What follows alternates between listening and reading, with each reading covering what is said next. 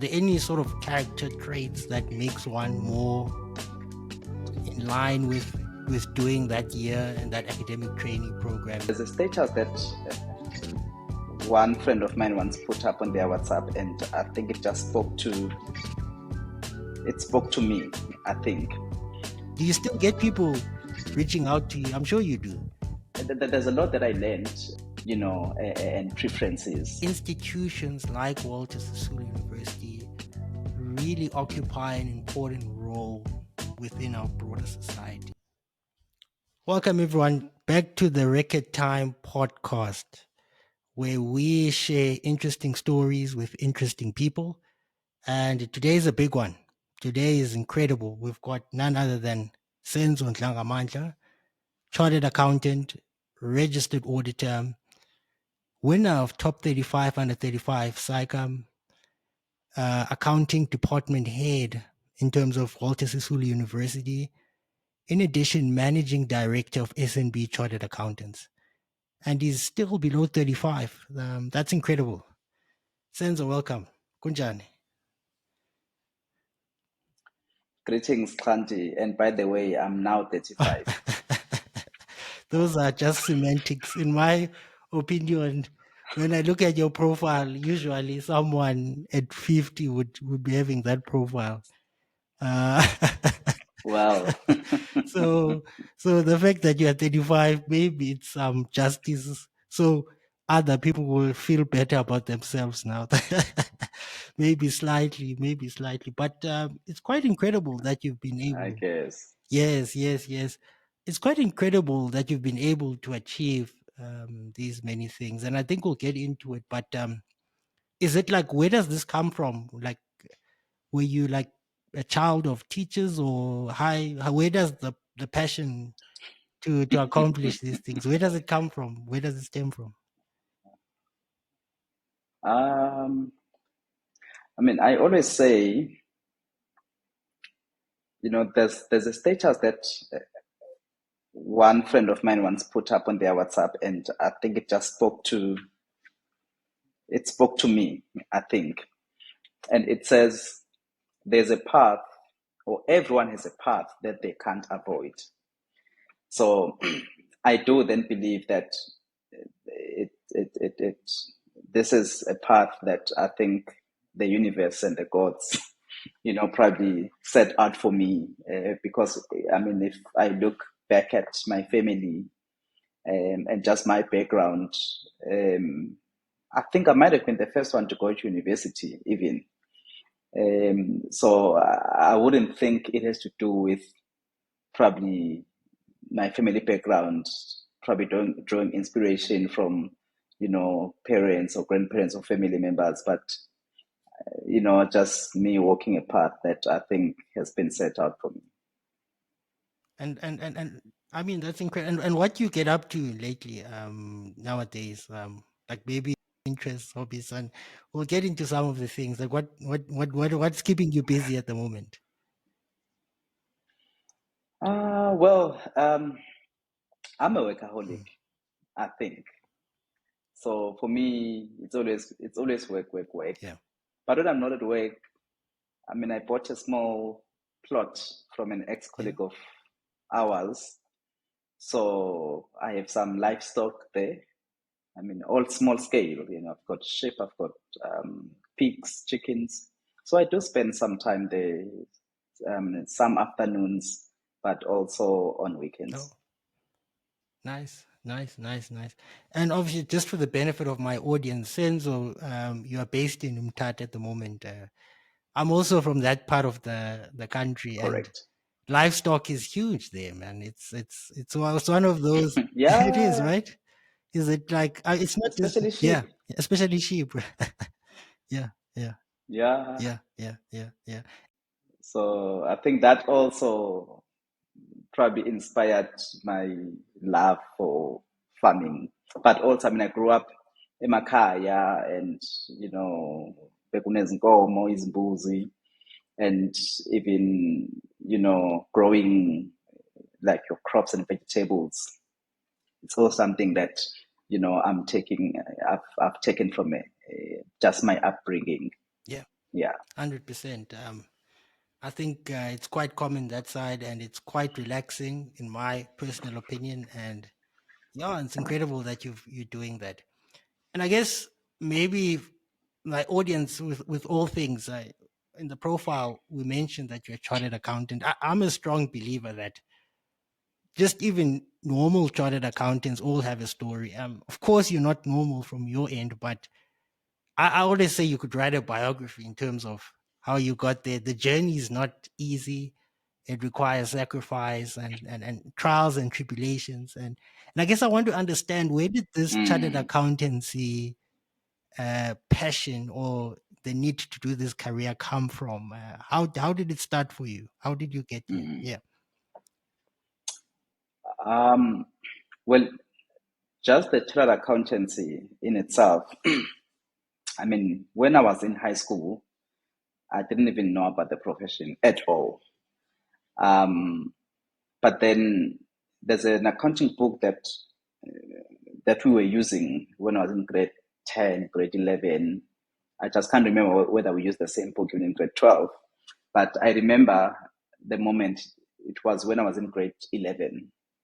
Um, the book will make mention of an auditor from time to time. Auditor this, auditor that. And it got me so fascinated. Um, just the whole auditor career, just a glimpse of what was captured in the book. The financial statements, and they would say something about auditors doing something on the financial statements. And I was like, this is actually quite fascinating. So when I go to grade 12 at the beginning of the year, my accounting teacher asked me that, I mean, you are now in grade 12, you need to start applying and all of that. And what do you want to do? What do you want to be? I was like, I want to be an auditor, and he's like, so if you want to be an auditor, I mean, of course, at the time, because there's ACA now, but at the time, up until recently, he told me that in South Africa, for you to be an external auditor, you need to be a chartered accountant first. I was like, oh, okay, then chartered accountant it is, because I want to be an auditor. And that's when then, it all started. I mean, we do the applications and I get to Tuga, and then I go study at UJ. Um, and I mean, I do my articles, and then I become this chartered accountant. Um, and I think it was a year or two after becoming chartered accountant that I then also, in fact, I think it was immediately, I think so, in 2014, then I decided to then also register as a registered auditor. But at the time, I mean, it was still easier because we were still writing that dual examination between SAICA and the RBA. They used to refer to it as PPE. Was it PPE? I hope it was. So it was easier back then. By becoming a chartered accountant, automatically you became eligible to register or to become a registered auditor, as opposed to now where there's that 18 months development program that one needs to, undergo. And I guess the passion, of course, is as I'm navigating my career, I get placed in different spaces, which then ignite. I think those spaces do then tend to ignite something in me that, you know, keeps this drive of just wanting to continue making a difference in the lives of especially young people. I think you touched on quite a few stuff there in terms of, first of all, I think I look back on my personal journey, and I don't even know if I did any reading to understand what an auditor was, or the fact that you already 10 Yeah. steps ahead there. I think, and then, yeah, so in terms of that, usually, and then you followed your passion, and it looks like it's gone well for you. And then you, from your genesis, you explained that you did your, well, you went to UJ, right? Your university, you did your time there, and you did the program, and then you did your articles. You spent a year doing academic articles at UJ. Correct. Is that touching into what you Correct. just mentioned at the end, where you're talking about your passion for helping, and maybe if you can expand on that, what was the thinking behind? Because Mm. usually most people, they want to leave after university. It's quite difficult, and they want to go to Yeah. corporate. And you decided to stay for a year. Yeah. Just take us through what the thinking there, and yeah, and that process. Yeah. Well, I think the passion for education started actually way back when I was in high school. I remember there'd be days where probably one of the teachers is not at school on that day, but it would be one of the commerce subjects. So what I'll do, I just go in front and start teaching, you know, the class. I'll just pick anything, from our book, and I'll start teaching, and they would actually listen, and it would actually be a normal class. So I guess it just started there. And when I get to university, I also became a tutor when I was doing my third year and also my CTA. I was also a marker for some modules while I was the student. So I guess then becoming an academic trainee for me, it came natural because I saw it as an opportunity for me to continue participating in that space. And this did I know that, when I become a chartered accountant, I'll see myself then coming to this space full time. Although it was not, probably might have been part of the a long term plan, but I just didn't expect it to happen immediately after completing my articles. I see. And in terms of that environment, is if for anyone maybe and benefit of my audience, would you what are there any sort of character traits that makes one more in line with doing that year and that academic training program year after they finish? Or what would you say, is it just passion? Do you need to be smart, like do you need to get Mm. distinctions, or is that, would you say that's maybe, because maybe some might be asking themselves whether they should be, if they want to be like you, or if Yeah. they look up to, what is that, are they disqualified if they are getting the lower marks, or yeah. Well, I mean, the marks, that depends on the selection criteria of the institution, and unfortunately, or yeah, marks do tend to be one of the set criteria that they use to select. But I wouldn't say, though, it's really that it's exclusively for your A class students. You can be average, but that coupled with passion, you find that you are actually able to do the job even better than maybe an A class student. So for me, I think the biggest thing that the academia space requires is a heart for it. You really need to have the heart for it. And without it, unfortunately, you'll be in a wrong space, and you'll probably, instead of building, you'll actually break souls because you don't have the heart for it. Maybe let me pause there for now. Yeah, absolutely. In terms of that And point. I'm glad you mentioned that, because effectively, I think the key would be passion and being and having the desire to help others. I personally also took a year as an academic trainee, and I know from my experience that the you can't replace it. You can't replace the impact that you can potentially have in someone's life, just guiding them through the work. And I felt like that was more fulfilling, more than maybe the job itself, or just uh, pitching up. It was the fact that people would message me and say, "Yo, you made a difference. Without you, I wouldn't have passed." Do you still get people Mm, reaching out to you? I'm sure you mm. do. That they say, "Senzo, you helped me pass," and do you still follow up and stay in touch with what's happening and in the university and stuff? Yeah, there'll always be that few. But I mean, I always say that we're not here for that, so that people can come back and say, "Hey, thank you, help me." I mean, you feel that there's a lot of people that feel that way, but probably have just not expressed it. So I think if we focus more on that, you'd end up breaking your own heart, yourself, because of those expectations. But definitely, I mean, we continue to receive such feedback, and sometimes it's not direct. Sometimes it's just in passing when something happens, and then then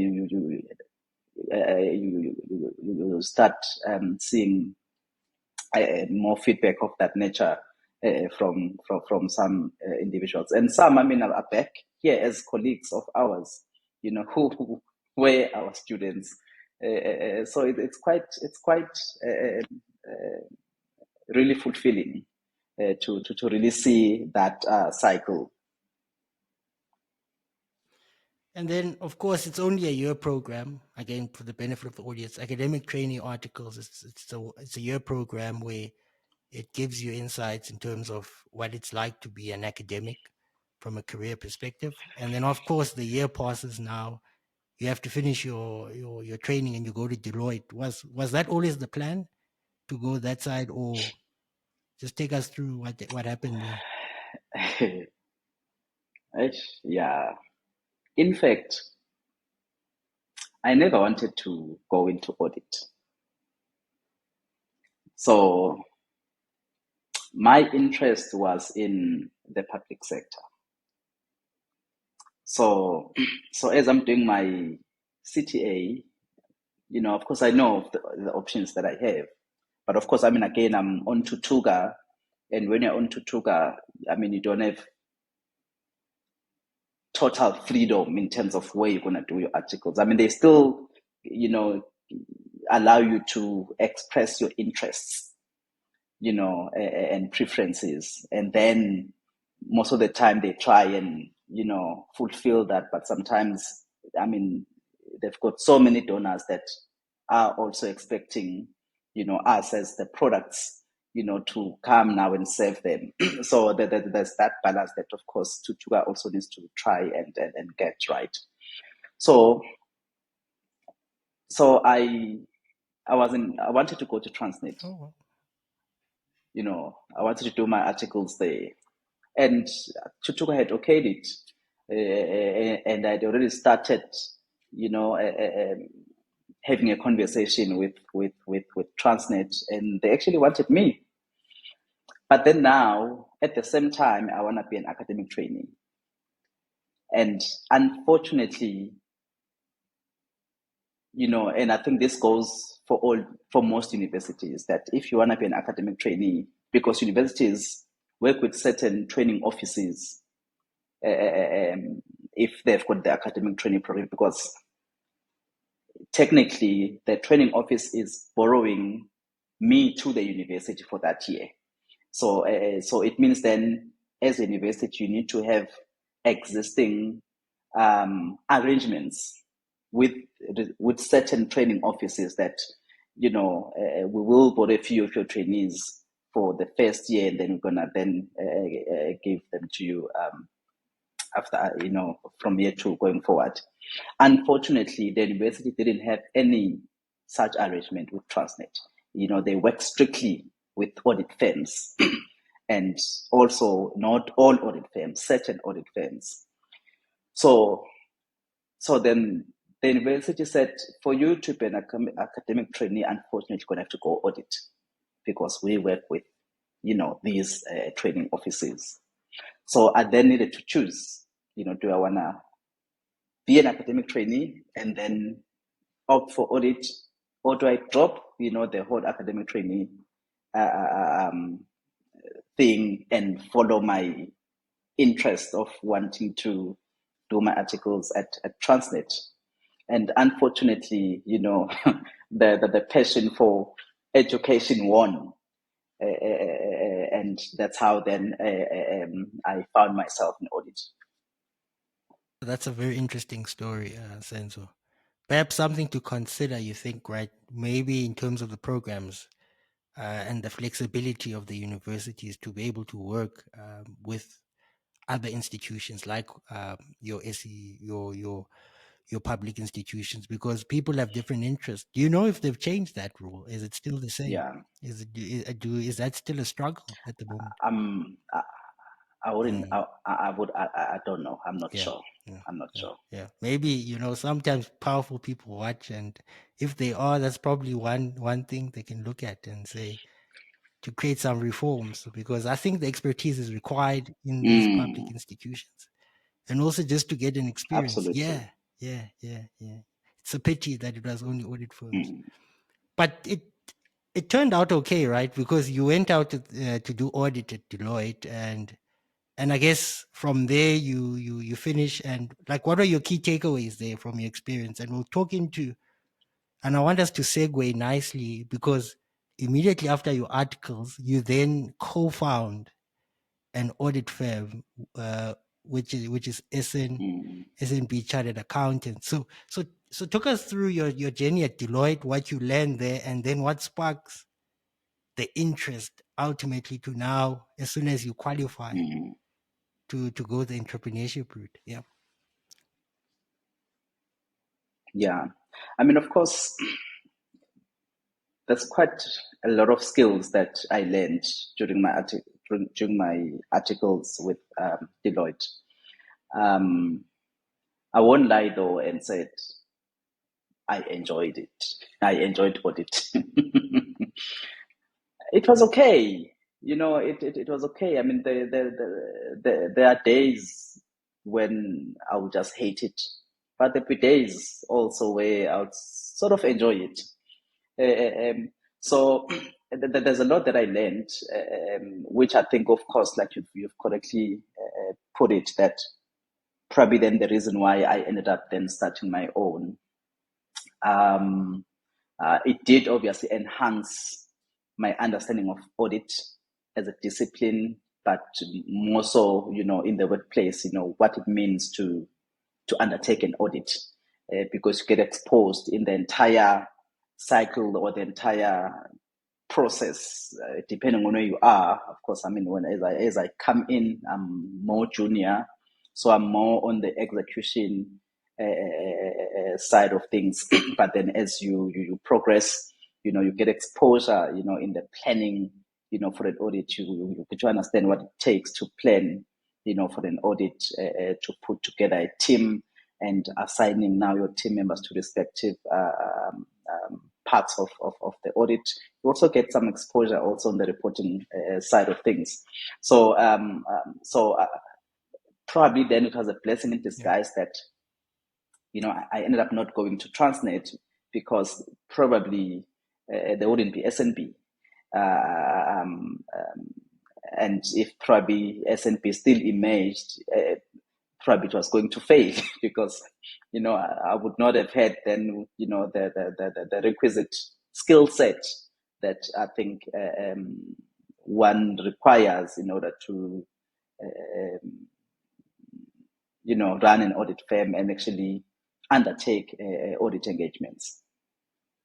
Did it matter what clients you had at the time? Maybe I know, for the benefit of my audience, some of them might be starting articles and they're wondering, they go into big four firms, and should you be like more Mm, strategic, especially in terms of what clients you choose and things like that, or it's just about the experience and learning the process mm.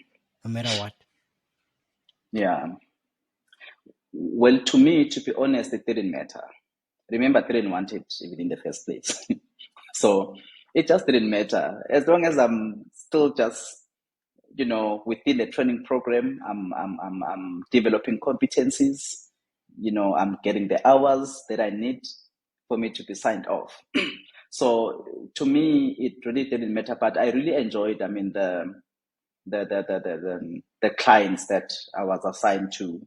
I mean, it was quite diverse, which is something I really enjoyed. And But I think for someone,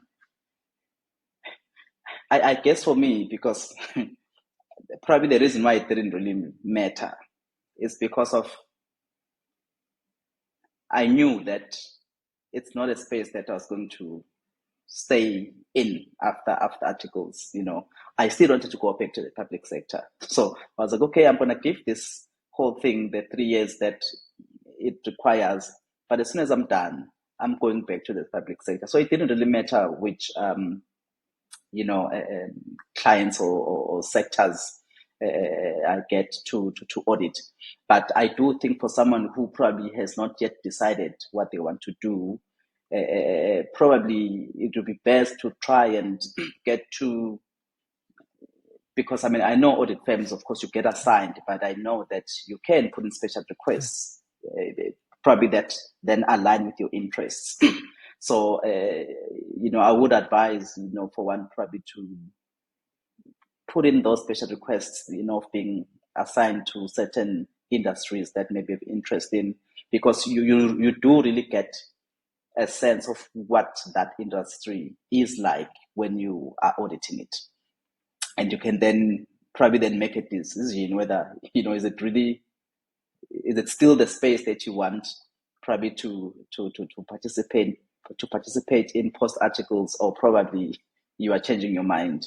So I think it is a good opportunity to get a sense of various industries, and probably you may then pick one that probably speak more to what you want and your strength.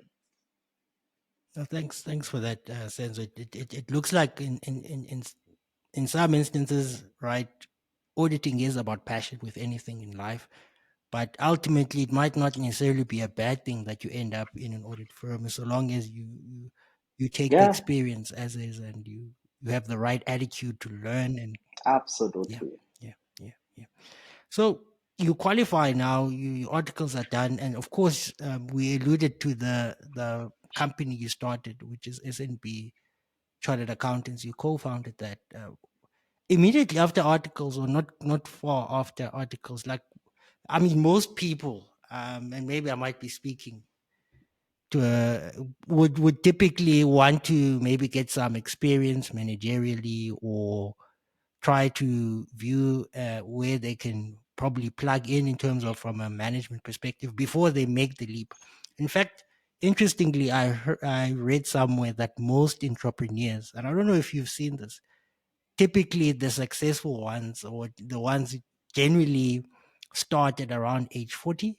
And I guess at that time you probably built the networks, you understand the career, Mm. and usually that's typically the golden age for entrepreneurship. But you decided immediately, what was the driver behind starting SNB Chartered Accountants to where it's still operating even now? Yeah. Mm. So,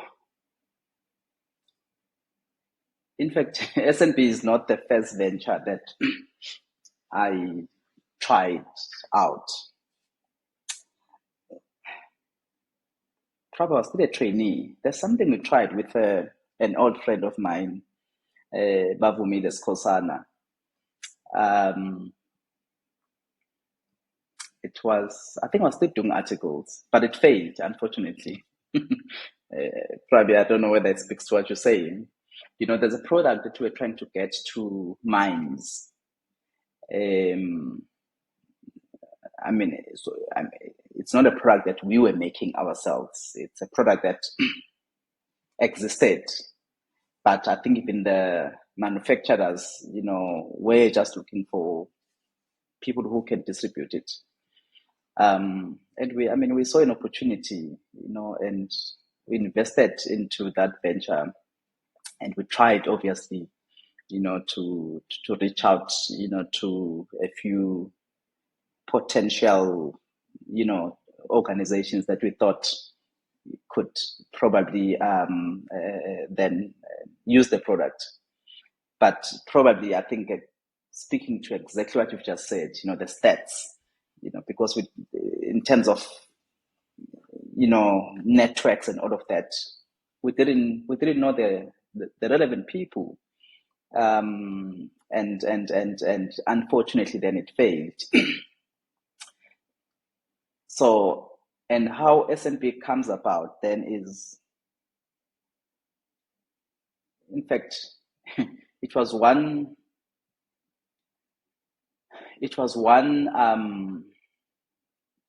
ex-audit client when I was still doing my articles. So I think I was doing my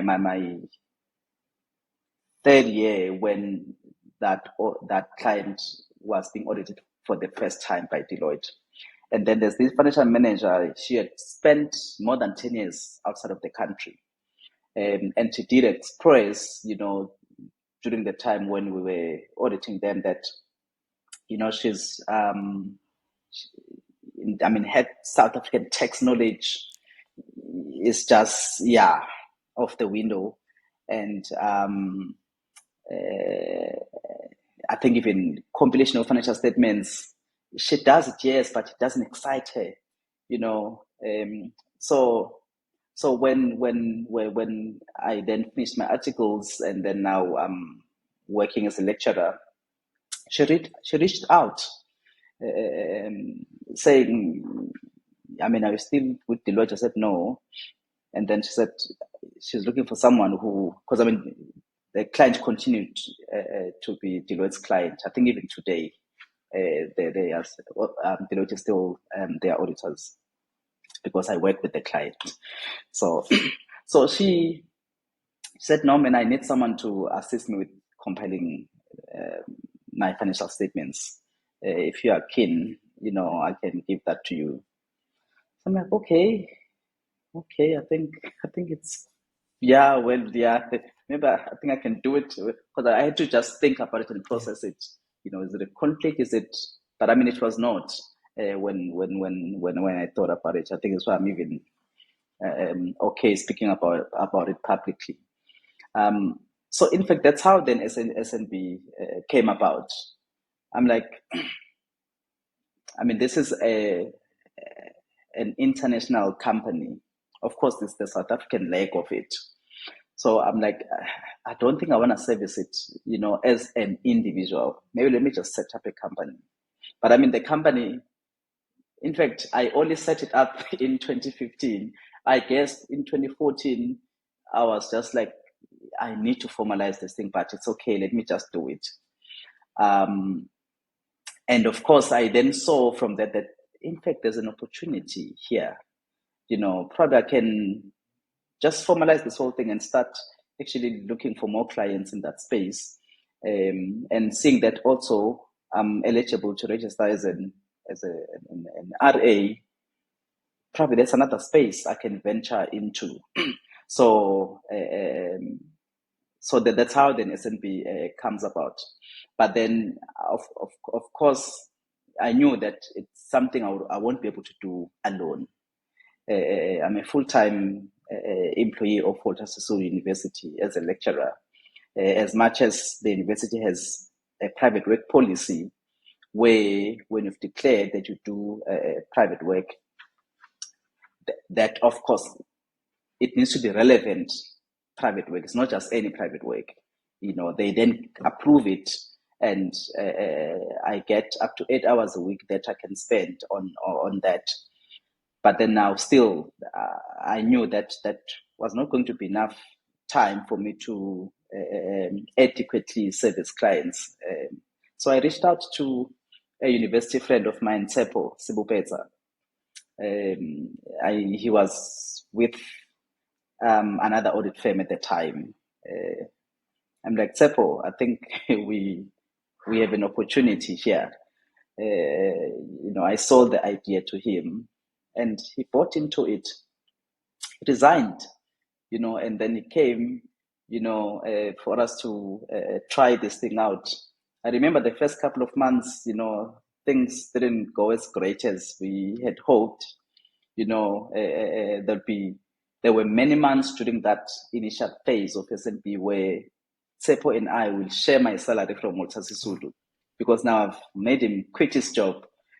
So now we need to, find ways now of for him to, continue to make ends meet.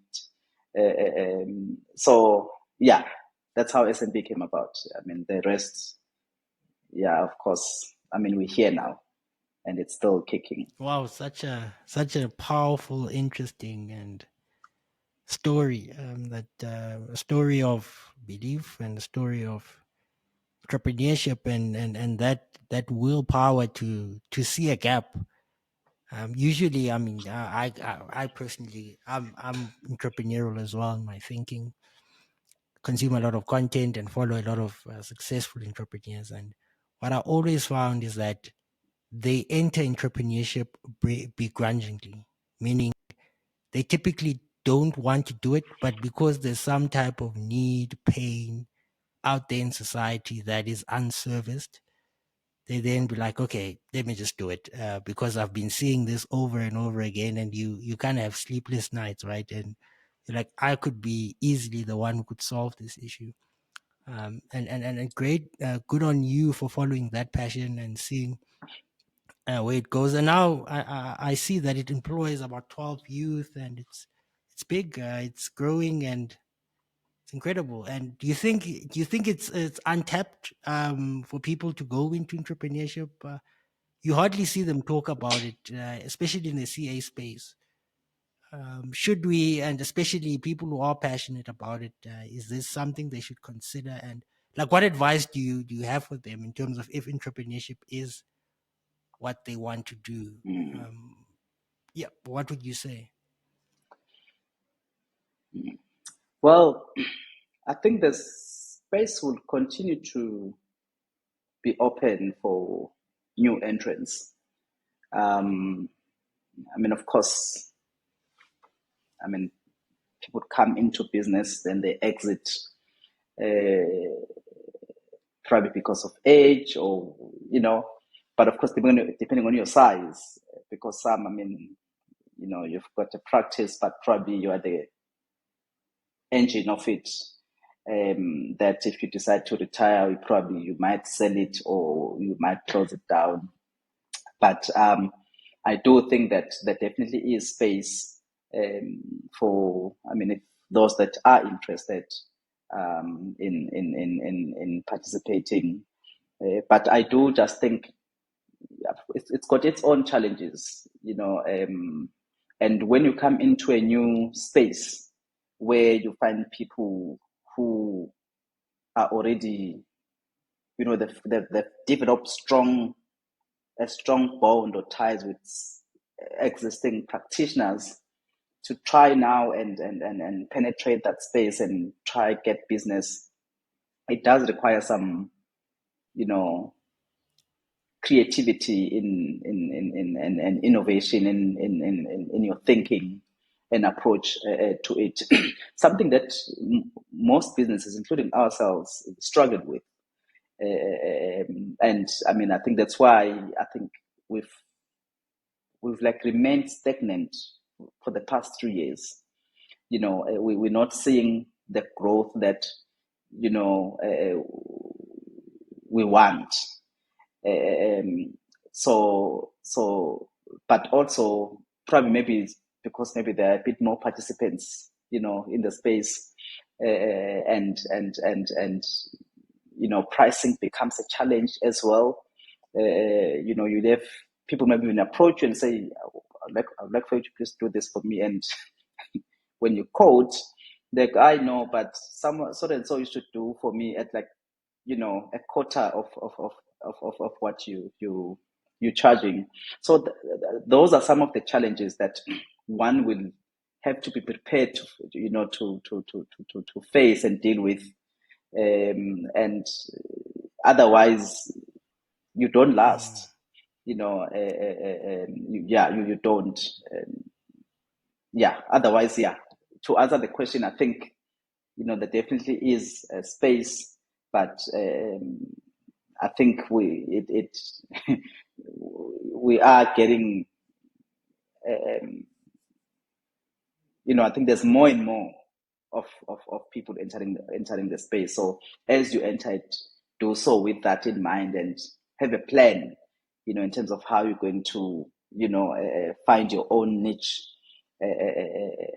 area, and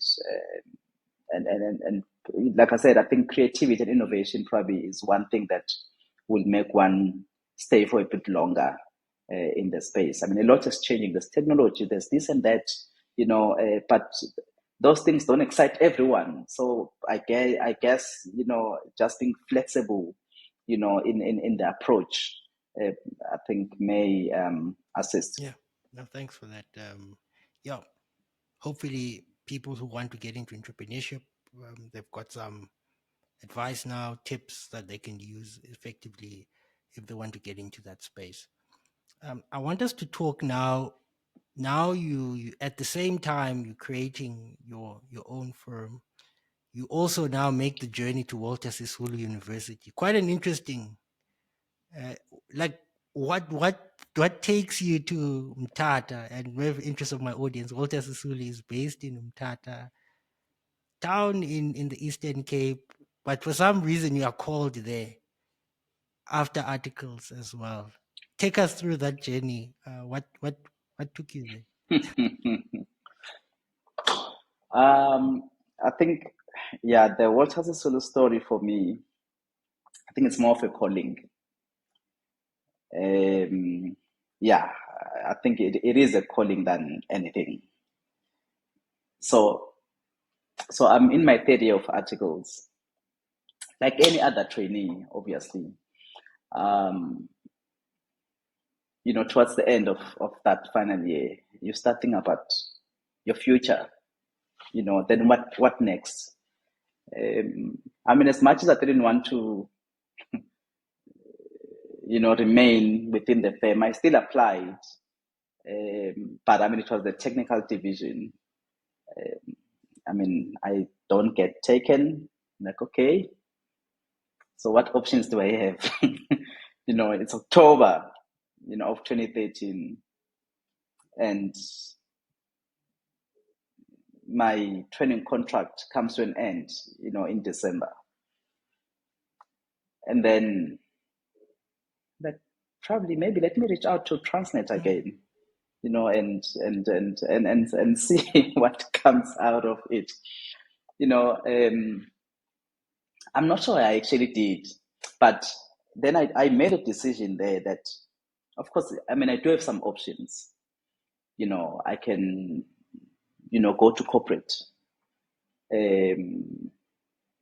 But I immediately dismissed that thought. I'm like, no, corporate, no, definitely not for me. So it's either I go to your state-owned entities, or I go join a university and lecture. I'm like, which university? Which university is even employing? When I'm checking, I mean, there aren't a lot of universities that are hiring. But again, for me, it was not just about any university. I was very not picky, but I defined certain spaces that I think I want to participate in. I like challenges. I like to be in a space where I'll be challenged, but also not only to be challenged, but a space where I can be part of, or a space where I can make my contribution in making that space better. And for me, state-owned entities were one such a space. But then while I'm busy, so every Sunday I would buy the paper Sunday Times and go to the job section, obviously, and just check, because most state-owned entities and some of the universities that were part of my list, they would advertise, on the Sunday Times. Hey, now we are in November. There's still nothing. I'm like, okay, so my articles come to an end next month. I have a car that I'm still paying for, What's gonna happen? So I'm like, okay, but I'm like, let me just trust the universe that probably it's working out something for me. Whether it comes now, whether it comes next year, but I'll just trust that because I mean the universe knows my circumstance. They know my situation and the situation back home. You know, it can't just put me in this situation and have me be without a job. Even if it's for 1 month, that will still be, you know, a big one for me to really survive, you know, without a job, even if it's just 1 month. So towards the end of November, remember I buy these Sunday Times every Sunday. So in one copy, one Sunday, Walter Sisulu looking for, you know, lecturers to join. Um, Yeah. so so so they've advertised that they're looking for you know, I think they're looking for 3 lecturers. You know, they are working on rebuilding the chartered accountancy program, and for it to get re-accredited by SAICA. I was like, you see, these are the type of projects that I want to be a part of. So I immediately applied, and I think something in me just told me that this is what we made you wait for, you know. And I just had that thing that, in fact, this is my job. So I apply, and and of course I get shortlisted, and now I need to come down to the Eastern Cape for an interview. I'm like, look at me. I've applied at Walter Sisulu. I don't even know where it is. You know, I know it's in the Eastern Cape, but where is even the Eastern Cape? So when I check it's in Umtata, I'm like, where the hell is Umtata? You know, so I go on Google Maps.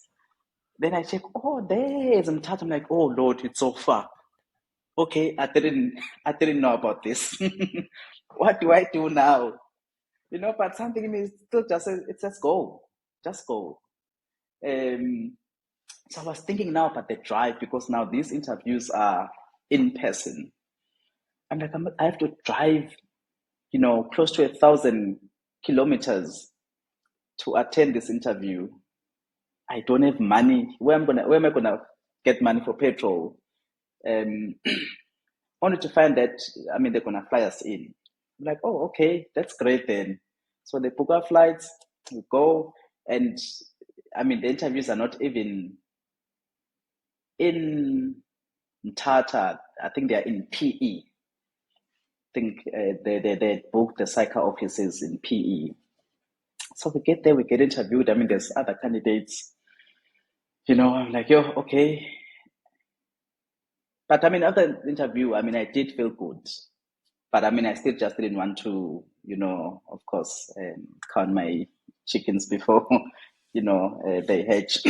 But then I get that appointment later, early in December, and 10 and a half years later, I'm still with Walter Sisulu, my only employer post articles. That's incredible. And shout out to Walter Sisulu, and shout out to you as well for taking on the challenge to to go and make a difference. I mean, it would have been quite easy to take the or the journey less traveled that people tend to talk about, and to be able at that age, as well as a young person, to be mature enough to say, you know, my life needs purpose, and effectively, you know, you want to be in a position where you feel like you're making some type of change. Throughout your story, I can see that you're looking for state-owned entities, or you're looking for institutions where you know that we need to change. For example, here in Walter Sisulu, the accreditation was a problem, and you felt like this is a project you wanted to be a part of. We'll get into more of that, but like, how do you get your purpose? I know people struggle with this for you, was it always the case that inherently you grew up with it? And is there a way, do you think, that we can kind of shape what your purpose is? I know a lot of young people struggle with that, being able to identify what are they supposed to do on earth. Maybe if you can expand on that a bit. Yeah, I think I think it's a very difficult one. But sometimes we tend to look far when, in fact, your purpose and what you need to be doing is just here around. I always say, I mean, of course, I mean, it's purpose will either find you or you find it.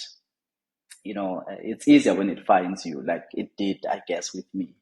But I mean, you can find it, and for me, I think it's around your interests. We shouldn't ignore, the things that excite us when we think about those things, or the things that we find ourselves having interest in. Whatever you're looking for might just be there, but it's just that sometimes certain things we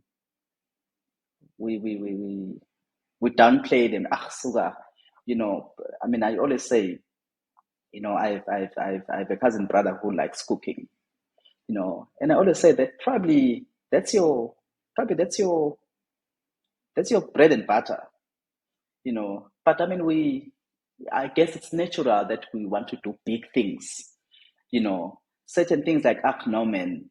But you may find that, in fact, that one thing that taking lightly, like, so there's no way that I can make a living out of that. You may find that that's actually your thing. So, and you can then just formalize it, of course, and go to school, so that it is formally recognized. And now when you start, moving into certain spaces, you've got something that certifies you as a person that does that, even though it's natural talent. So I think for me, that's just one example of probably finding your purpose. It may just be within, just your interest and the things that just excite you, that when you do them, you do them effortlessly, and without, probably like a hobby. And you can actually convert that into, you can commercialize it, and make a living out of it. Thanks for that, Senzo. And I'm hoping many are listening now and realizing that it doesn't have to be as complicated as doing extensive research. Just what do you enjoy? What are your interests? And take it as it is. And whatever you enjoy, do more of that. And you'd be amazed, like what you mentioned. There might be avenues to facilitate accreditation in order for you to be able to do your or pursue your purpose full time. You just need to be willing to open and be willing to find out, and just trust that you know what you enjoy. um so, and then of course what happens there is that there's a significant event that happens initially during your tenure as a senior lecturer when you join Walter Sisulu University. There's a JSE challenge that happens from about 2015 to 2018, if I'm not mistaken, and it looks like quite a high profile avenue and high profile project, and you decide to volunteer for that. What's the reasoning behind that, and what did you take out from that experience, and how do you potentially think that it's shaped you to get to where you are now in terms of the Yeah. university? Yeah, maybe you can expand on that. Yeah. Yeah. So, I mean, I think when I joined the university, I think this is a project that was already running, but I think for a couple of years before I joined, I think it had stopped um, being facilitated this side. So when I joined, um, I think the JSE reached out, to the university again, just to see whether we can't sort of resuscitate the project. So, it was via our HOD, Francis Kwahene.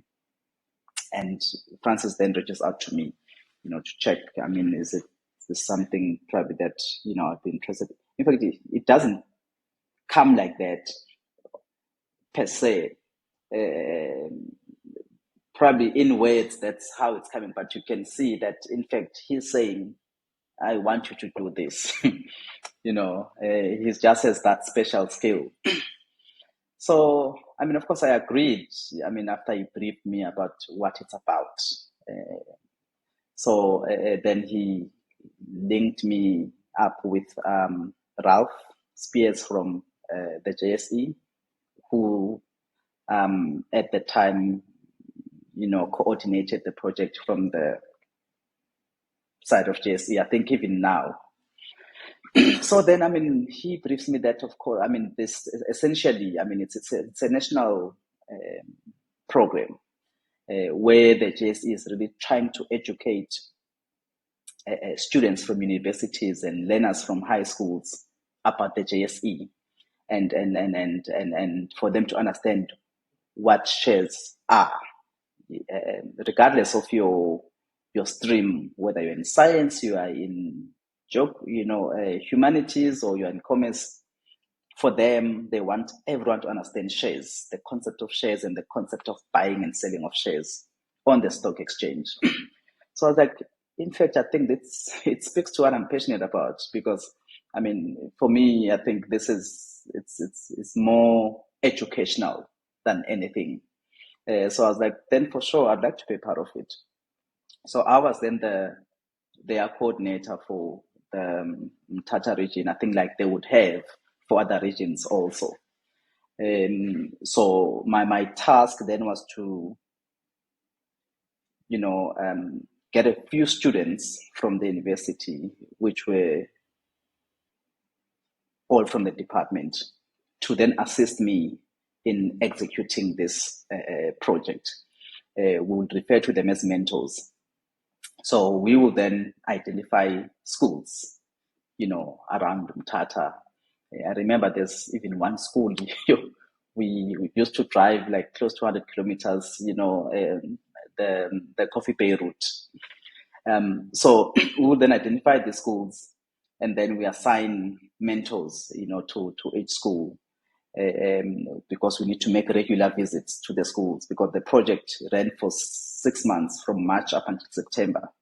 And of course, we needed to find ways of making this exciting to the learners, because they need to participate throughout that 6-month period for them also to be eligible for some of the exciting prizes that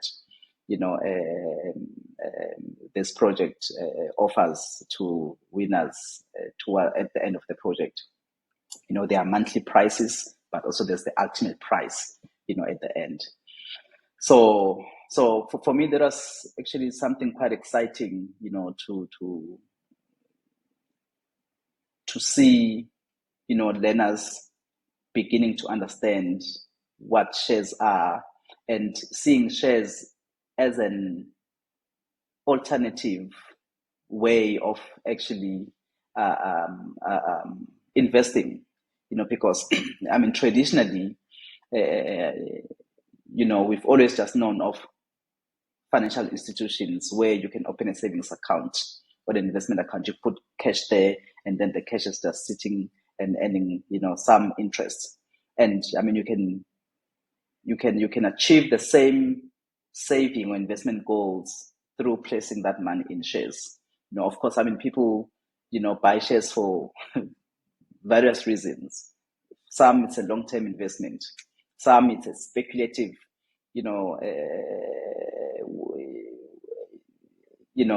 they take the speculative approach where they just buying and selling and making profits, in a short space of time. But regardless of how you are, choosing to use shares, to make money, it was just about them understanding the concept of shares and how to buy, how to sell, and in terms of what, so that now when they start their career, they start having money or earning income, they know that shares is another way of actually investing. I see, and I guess the JSE falls into the broader ambit of financial literacy. It's a pity that in most instances that knowledge even about the and JSE stands for Johannesburg Stock Exchange, for the benefit of those watching who might not be familiar with it, and to be able to distill some of those principles, especially in terms of wealth creation, and these are foreign terms in our communities. And now one has to appreciate programs like these and the impact that they can do in terms of individuals themselves, and hopefully, you know, create a broader understanding within the broader aspect of financial literacy. Right? Would you say that that's the key essence? And how far are we, maybe in your opinion, in terms of educating? Do you think financial literacy is just like limited to people who are able to access such programs, or has it been able to be successful to branch out into the communities that really Mm. need it? Yeah. Well, I mean, of course, I don't have any scientific data, that I can use as as reference, but I do think there certainly are still gaps in terms of financial education. Um, and probably there is a need for financial institutions to collaborate with um, schools, with universities, and really just educate young people about money and finances as a broad term. Because unfortunately, these things do catch up with us, when we start our career and we start earning money. Um, Probably some of us would be far in life if probably we had the privilege of being um, educated about finances. What is money? How to use money, how to Mm. prioritize, how to create wealth. You know, what is wealth even? So, I mean, these are things that we're only catching now when we are almost halfway through our career. So, I mean, one would expect probably someone in finance or in this space, commerce or chartered accountant, that by default, I mean, you need to understand all this. We don't, so um, I think there really is a need to really educate young people, and I think especially, and not just maybe a once-off thing. Maybe it can be incorporated or infused into the curriculum for it to just be a standing agenda throughout. So I think we will then be a better nation. We'll be, a better youth that makes better, financial decisions. Youth that, not just youth, maybe people that, we don't rely too much on debt. We use debt when it's absolutely necessary, because there are times where private debt is a better option, depending on the transaction that you want to enter into. But now, yeah, sometimes we find ourselves in debt just for the fun of it, or just because we made a bad, financial decision. So, I think there really is a need the country. Absolutely, 100% agreed. And then I want us to segue and really talk about leadership, leadership, and specifically leadership in the education space. This is currently the avenue that you find yourself in. So you you act, so you work as a senior financial senior a senior lecturer in the departments, and you then get an opportunity to head up the auditing department, and then you act as HOD in 2021, officially appointed in 2022 as HOD of Walter Sisulu University. Still below 35. Now you're leading an entire department, which is unheard of. Now, took us through leadership. What drives you? What drove you to be able to say, okay, I need to ascend now? And is it something that, over time, and I need to ascend into leadership? And maybe for the benefit of audience, they would be interested in terms of, especially as a young person, we see everywhere, right? Whether it's politics, business, young people seldom emerge into high positions of leadership in places. It's a conversation.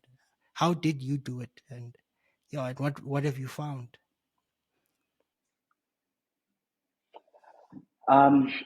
So for me, so when I joined the university, I joined it because of my passion for education, to be in the classroom, and interact with students, impart knowledge. Um, that's what brought me here. And this is not a space where I was also eyeing for any leadership role, because I just enjoyed to be in the classroom. I remember, I would even say to colleagues, even, in all these roles that you've just mentioned of leadership, I didn't want any of them.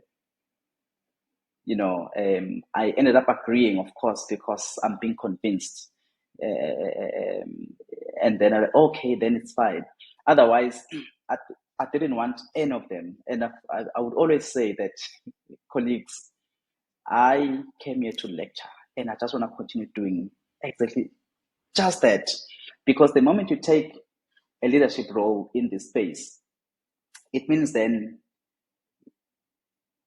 because leading is a big responsibility.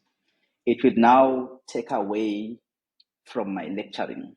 It means then my lecturing load must be reduced to create space and capacity for me to participate in my leadership responsibilities. And I knew that's what it meant. For each leadership role I take, it means less teaching. And that's what I didn't like. But like I said earlier when we started, that everyone has a path that they can't avoid. And this is one typical example for me of such, where this then became something that I couldn't avoid. I couldn't decline and say no.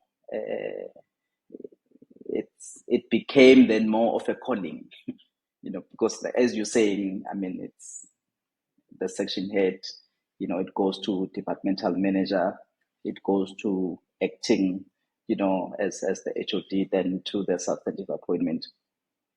I just then accepted, like, you know what, Senzo, just accept this, that it's something that you have to do. This is not about you. This is way bigger than you as a person. And of course, as much as it's something that I didn't want initially, once I decide that I'm taking the role, I forget about the fact that I didn't want it. I'm now in the role. I now need to execute. I now need to sort of participate in it with the same passion that, I go with into the classroom, because right now I'm here. Otherwise, if I'm going to come here with, like complaining all of that, then probably then I should have rather not accept it. So that's always just been my approach, that, if then I decide that I take it, then I must be in it 100%. And it's been quite an interesting journey, I must say, and a fulfilling one. I guess also with this institution specifically, the space is just, yeah, it's just so fulfilling. It gets tough, sometimes, and really, really complex. I won't lie. But you just look at other things that, because there'll always be some positives. There'll be things that will just encourage you and make you just wanna, stay in the role, and that has been my experience. I and yeah, and thanks for that. I've got an inkling in terms of, and maybe I could be wrong. You correct me here. Would you say you are more of a leader who's on the ground from a student perspective rather than leading in sort of like outside? Do you do the craft of teaching? Yeah. And I guess maybe talk us through that. Do you, like, from your experiences, is there sort of like, is that the determinant in terms of success, especially in academic institutions? Is it that craft of teaching, and how do you balance that and get the most out of the students? Is Mm, Yeah, would you say that's the key? Yeah. mm. So, well, I don't do much of teaching anymore, unfortunately and sadly. I think the whole of last year, I only maybe went to the classroom twice the whole year, you know. Yeah, which is, yeah, unfortunately. So, so an ex-colleague of ours once said this to me. I don't know why he said it to me. That, there are three types of leaders, or maybe there are three ways to lead, probably among others, but probably the three that sort of stand out. It's either you lead from the front, where, of course, I mean, you need to direct, and, you need to give people direction that, okay, we now go in this direction, then they follow. Or you lead from behind, where you push people, and, you're doing that. Or you lead with the people, like, okay, we are here, and we're going to figure things out together, and then we're going to decide which direction we want to take, you know. And he said all those three leaders in one. I was like, okay, that's quite interesting. That's quite interesting. But for me, I believe in being a leader that is on the ground with the people. You know, of course, I think it's important to lead from the front. I think it's quite an important one as a leader. But I think it's also equally important to be with the people, for your team to see that, they are part of you, you are part of them. It's not a him and us, type of a situation. So I'm very much on the ground. I'm very much involved, in almost everything that happens in this department. My team knows. But of course, I mean, that can be a bad thing sometimes, because a team may, you may be viewed as someone who maybe you don't trust your team enough. That's why you want to participate in almost everything that's happening. You don't want to give people space, to lead in their respective spaces. But I think for me, the key when you're going to be a leader that leads with the people is then the approach, to that, and communicating with your team, and maybe give background to why you want to also participate in that, at all these at different levels. So I'm that person, and I think for us it's working quite great so far, that Yeah, approach. absolutely. And I think one thing that's commendable in terms of the work that you've been doing is that you were able to change the SAICA rating, and maybe for the interest of the broader public and people watching this platform, universities are not automatically what we call accredited or SAICA accredited, right? They need to apply and comply with certain rules. And just in general, if you are SAICA standing for South African Institute of Chartered Accountants. So if you want to become a chartered accountant, you need to study in an institution that's accredited. And when the time you came in, things were not that rosy. And now it seems that the university is doing well. You pioneering a lot of change where first of all the results are now it's more of a stable rating, moved from 3 to 2.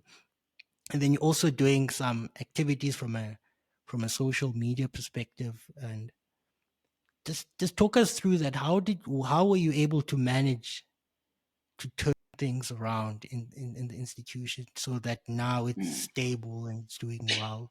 What were the key reforms and I guess things that you implemented? And yeah, and talk us a bit about, in line with mm. your leadership strategy, the some of the innovation. Yeah. Yeah, this is a tricky one. Um, Maybe let me just mention the fact that, of course, I guess this is natural. It's like even in football, I think even in other spaces, that, or in even corporate organizations, that when an organization does well, most of the time, you find that it's the leader that gets credit, for it, which I think can be a mistake um, when seen like that. But of course, I mean, we also can't take away the fact that probably there is a significant role that maybe the leader plays in facilitating and coordinating the activities that need to happen for us to achieve whatever it is that we want to achieve. But, you know, the rest of the team, you find that he is actually the one that does the dirty, do I say dirty job or dirty work? Dirty work. So, that's why I always, when I'm being credited, I always just indicate that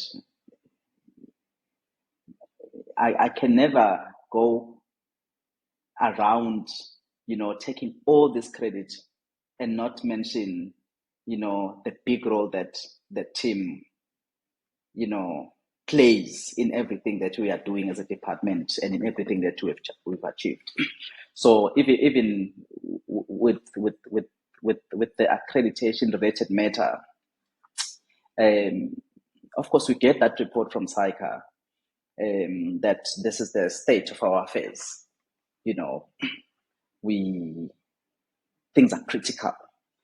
It's either we put in measures immediately that significantly change things around, or we run the risk of, accreditation being taken away by that accreditation body.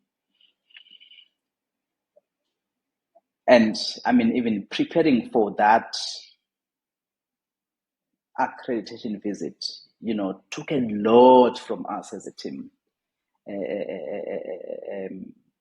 And we really had hoped that we had hoped for a better outcome. That's not the outcome that we thought we deserved. That was us, obviously, us regulating ourselves. You see, the mistake there. So, I mean, we assessed ourselves and we thought, we think we are here. And then the accreditation body comes and says, in fact, you are here. And we needed to accept that, as disappointed as we were, because if we're not accepting, it means we're losing out on an opportunity to really do some deeper reflections of where we truly are and, the direction that we want to take as a department. There's a colleague that said, we always say, if it's not broken, don't fix it. But sometimes you need to break it and try put it together and see whether it comes back to its original state. And chances are it won't. And what that would mean is that it was, in fact, broken. But you were just not aware because it was still sort of functioning the way you think it should. But probably there are some parts that are broken that has just not become visible yet, or it has not become that major for everything to collapse. So we did then as a team just decide to let us accept this outcome. This is where the body thinks we are. And probably that's where we are. Would like to be, in a better ranking, but probably this is our reality. So we accepted that. And I remember, we had a campus rector at the time, so that's more like a principal of the campus, because universities of campuses, she wrote to the dean. It was a brief email. I won't go to the exact message, but all in all, she was saying we need to fix this. And we brainstormed with, the acting dean at the time, which was Francis, which was the former department, the former HOD of this department. We had a brief brainstorming session, like, what do we do? So that's when then the idea of probably forming a task team came about. We decided that, what? Of course, we can try and want to fix this thing ourselves as the internal team, but probably there's value in reaching out to other, to other academics and other institutions and certain other parties, who are specialists in education, just for inputs. So we decided then that let us form this task team. And of course, we had also senior staff members from the department that formed part of that task team. For us just to sit down and this is the report and this is where the issues are. What can we do, to then, address this issue? So we analyzed each and every issue, and for each issue, what's the cause of action? How we're going to measure it? Who are we assigning to? What are the timelines? So that's the exercise that we then undertook, which required a lot from us, because the task team is sort of, it's more like your board of directors. But then whatever that needs to be done must be done by the team. This is what we need to do, and we work through that within, because we're given a timeline also that by, I think we got the report towards the end of the year, probably November. We said then by March the following year, we must submit a solid improvement plan with actionable points and all of that. And then I think within another period to submit a progress report. And we're able to fulfill all those timelines, and within, because this report comes at the end of 2021, and within the year 2022, probably June, August, we get that report. Then that, they've assessed, they've looked at our improvement plan, but also the work that we've done already, and they are happy then to move us, to a better rating. Of course, SAICA does not do ratings anymore after 2022. They now have a different metrics that they use in terms of you knowing where you are placed. And I don't think they publicize that anymore. It will just be you as a university that where you are placed. I think now it's just either accredited or non-accredited what they publish. So that was then the approach we took And of course, it yielded that outcome. Thanks for that. And I like what you said there in terms of it took a collective effort. And yeah, you're quite right.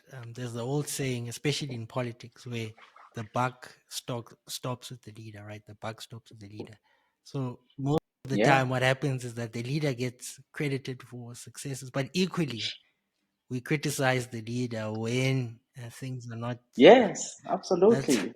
When things don't go right, then I need yeah, to take responsibility and yeah. 100%, 100%, and yeah, and I guess from what we can tell, the reforms from the team as a collective have been invaluable. And I know this might be my own personal opinion, but institutions like Walter Sisulu University really occupy an important role within our broader society in general. Would you say that that's a factual statement? In that it would have been sad if, for some reason, it wouldn't continue having an accreditation status. Mm. No, absolutely, Kanti, especially when you look at how we even got to be accredited. So this project of getting the program to be reaccredited started in 2011, and it was actually initiated by SAICA, because as you know, that SAICA has been, especially, if you look at Tutuga, it's all about trying to transform the profession, trying to get, more and more people of color to participate in the profession. Because if you look at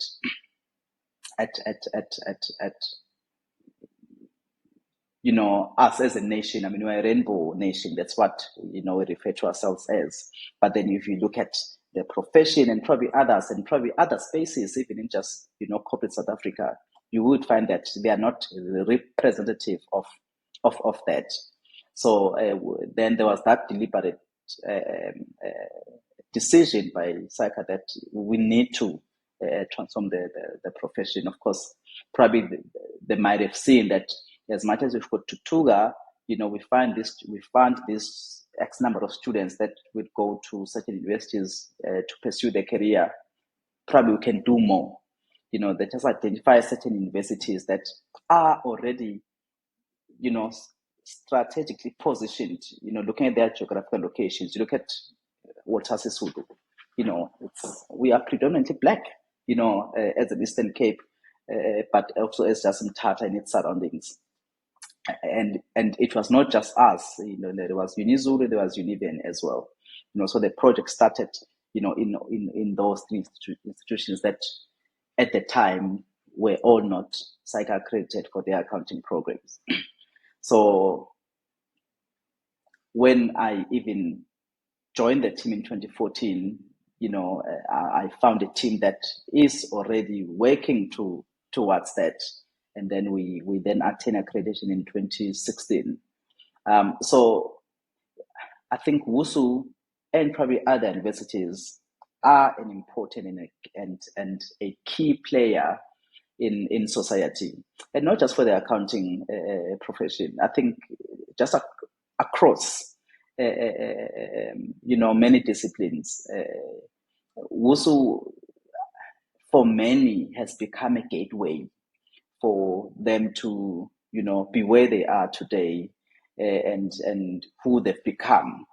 We are an access university. I'm not saying other universities are not, but we are that university, for that hopeless child that has applied in many other institutions, got rejected. I'm not saying probably our maybe entry requirements are low, but you find that they are the same. And every university, for every program, it's got a quota. We can only take this X number of students, a year. And they take the cream of the crop. That's how, many universities, that's the approach that they use. They would rank all the applicants. And if our quota is 100, we've received 20,000 applications, we take the first 100 and then the rest reject. So, we then tend to then absorb those students that couldn't get into other universities, and that's not something we're taking in a bad way. In fact, we pride ourselves, for being able to give a chance, to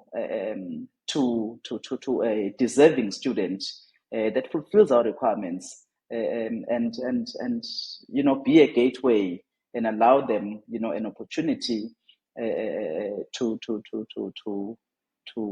enter into the higher education space and obtain a qualification, and they might just be the next big thing in the country or even in the globe. Absolutely. And just maybe as a last follow-up to this point, just latching on to what you're saying on the strategic role that Walter Sisulu plays specifically in the transformation agenda within the profession, which you highlighted, and it's very important.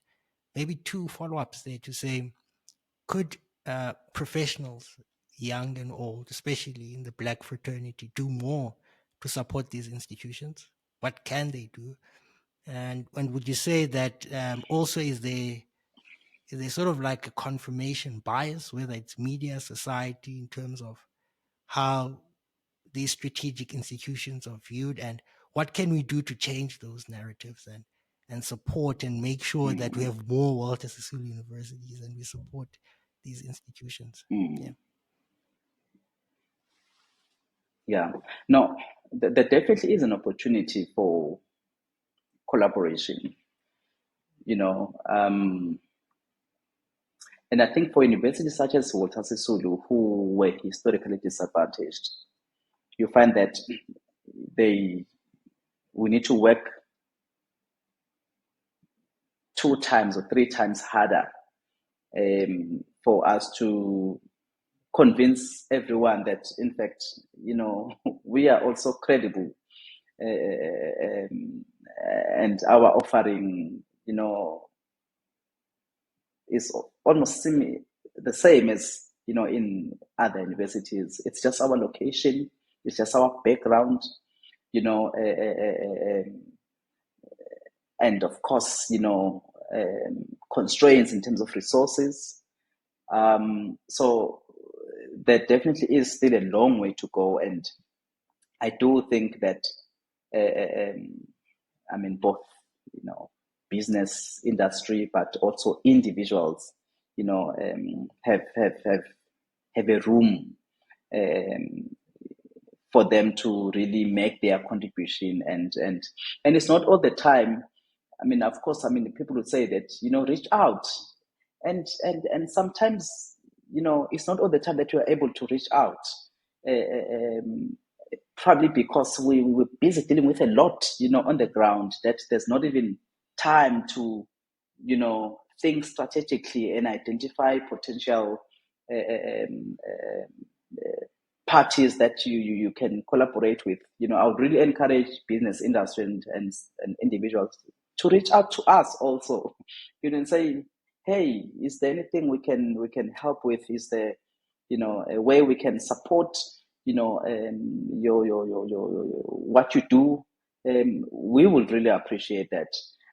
But I must say that we are really beginning, both as an institution but also as a department, to really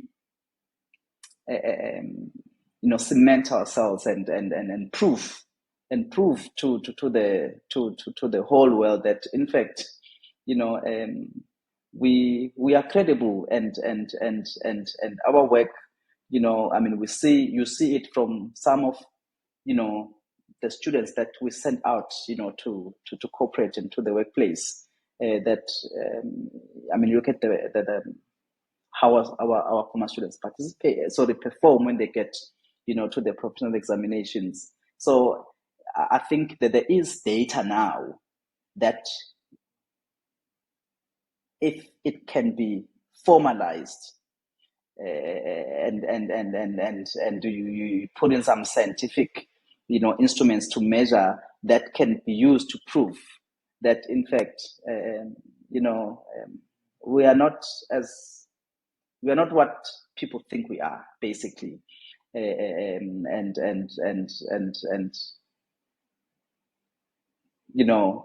maybe that can change, some perceptions that I think currently are out there about universities such as us, and probably others that are like us. But I mean, watch the space. I think in the next couple of years, WOS will definitely be great, and everyone will know.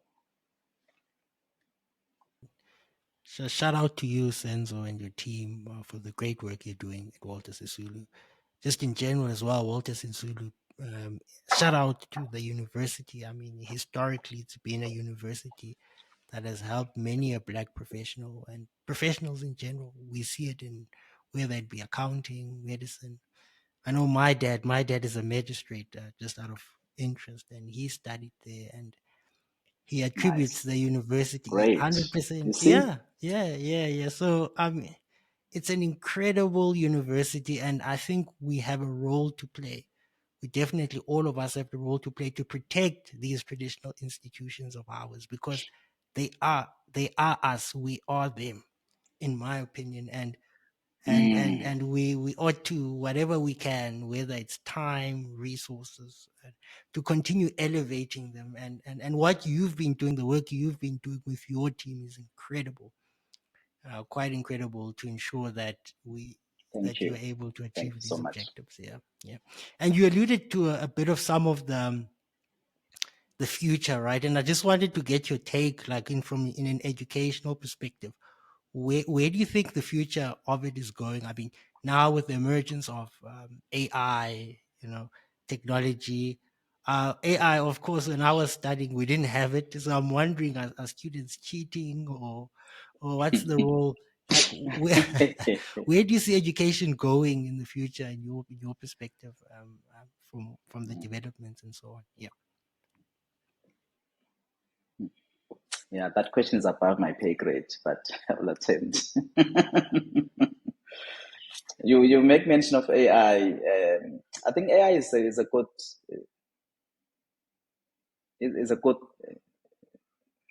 tool. I think it's good that we've got AI, and I think we do need to take it as such, and not be threatened by it. Um, of course, it requires some upskilling, especially for us here in the academia space, because we are seeing it as a threat that, oh, students are going to cheat now. Oh, okay. But then it's an opportunity for us also to understand it. And I think once we understand it, we will then reconfigure, our approach to teaching and learning. We can even incorporate it into how we teach, into how we assess. So I do think we need to see it as an opportunity for us to really reflect on our current practices, and find ways of transforming those practices for them to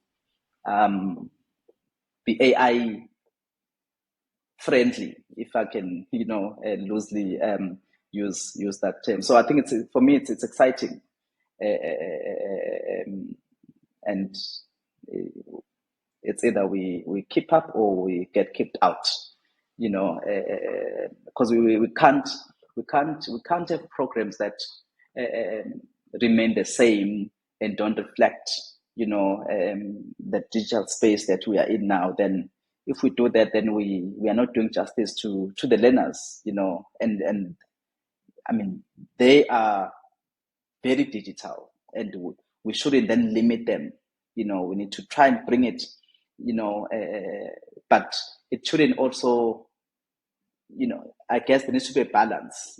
We still want to impart knowledge and understanding of concepts, but then now I guess it's just the how. that we might need to just reflect on. How can you bring this into that process? You can even send them, to the AI tools for them to do something there and bring it into the classroom, for further discussions and for further learning. So I'm very much excited about education and its future, especially now with AI in the picture, which I think should be embraced. Yeah, and that's education remains a key element, I guess, in our society going forward. And it's leaders like yourself, and even in different places, whether it's maybe informal places like academic institutions or less formal places, just in general, who would encourage the importance of learning and adapting in terms of change, and if where technology is involved, utilizing it so we can effect embrace it and Mm. improve as a result yeah, and I guess just following on in terms of that now, obviously you then your work now starts getting noticed, not only by so there's a competition that also happens, which is a SAICA competition, and it's quite incredible where it looks at the top 35 under 35 chartered accountants that are doing variety of things, and now you apply and then something happens there. I don't want to spoil it, but like, take us through, are you nominated, what happens there? And like, what is your life been ever since? Yeah, and yeah. My life is still the same, still just normal. But yeah, so in 2022, yes, it was 2022.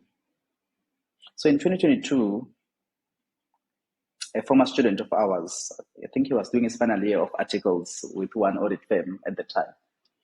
So he decides to nominate me. And how that process works, I mean, you can either nominate yourself or you can be nominated. So if you get nominated, of course, you get notified that you've been nominated. But in order to complete the entry, you need to provide some additional information. So me being the busy person that I say I am, I missed the deadline to to provide that information to SAICA, and then that's where it ends. And then in 2023, he nominates me again, you know, and I did say also, I mean, the previous year when I was apologizing to him, because of course one may easily just like, okay, like really, I mean, I'm trying to, put you in this, and when I just decide you're not going to, entertain it. So I mean, I did apologize to him that it was not the intention. I just lost track of time, and I didn't realize that it was the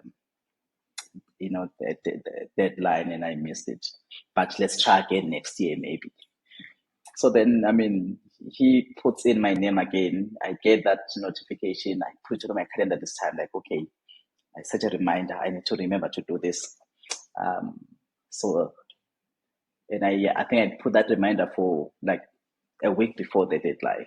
So the reminder comes, I snooze, I push it to the following day. I push it to the following day again and again until the last day.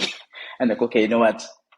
I know I'm busy. There are important things that I need to be doing, but let me complete this thing. So then I go into it, and I thought it was going to be a quick thing. As I'm doing it, it's a lot.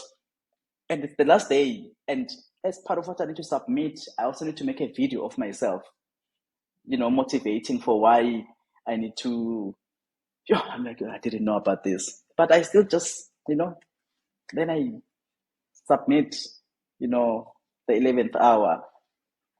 And of course, SAICA confirms that they've received my entry. Of course, they will communicate if I make it, as part of the top 35.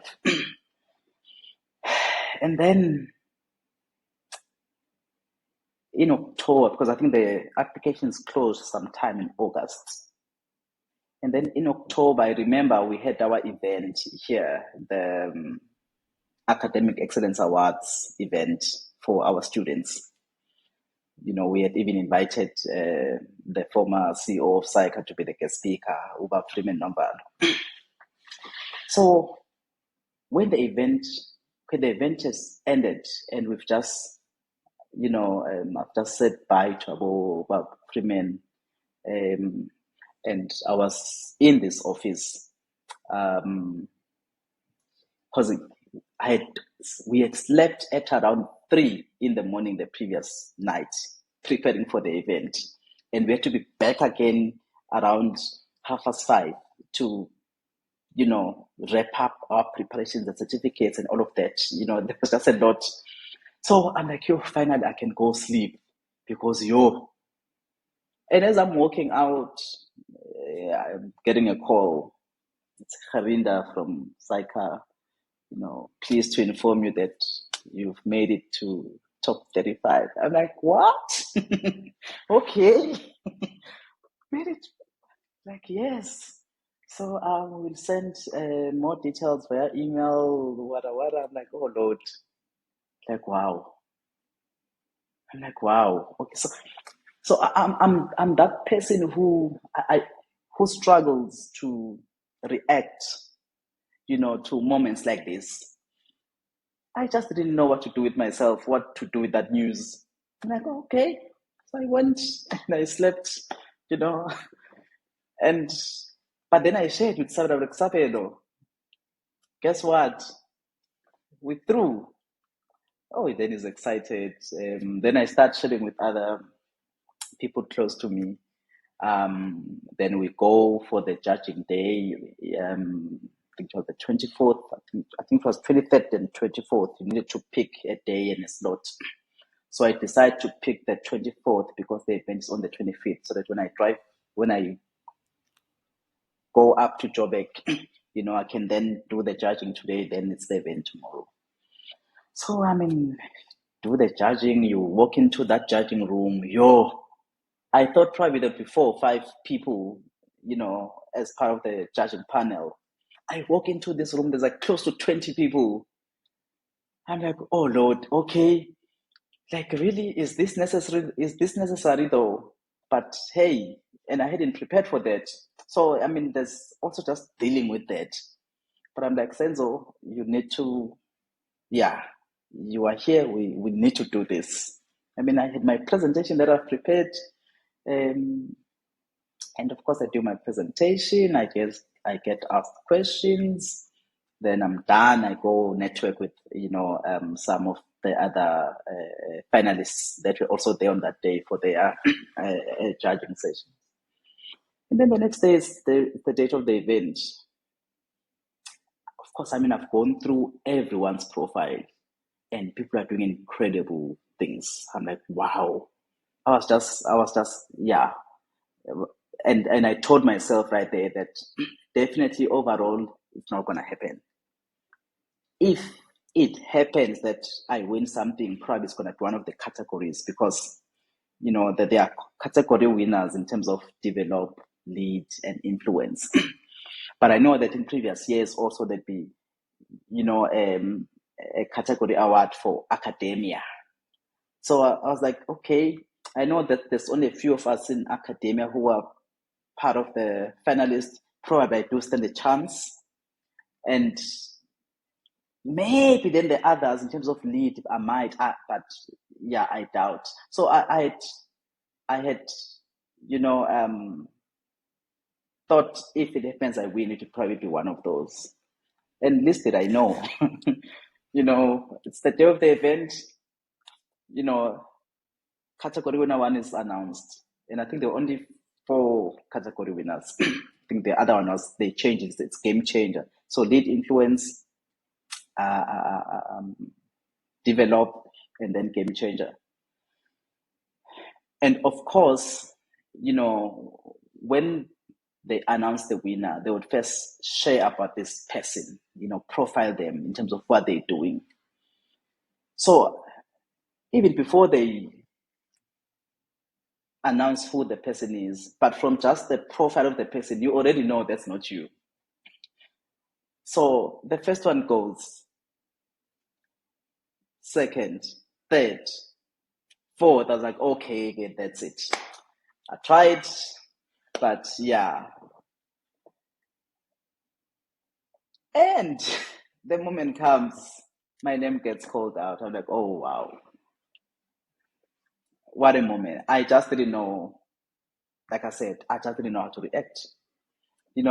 Then, of course, I woke up the stage. And I think what I did, because they said we were told that the program, the 10 minutes allocated to the overall winner for them to, give their sort of prize speech or something. I didn't prepare anything.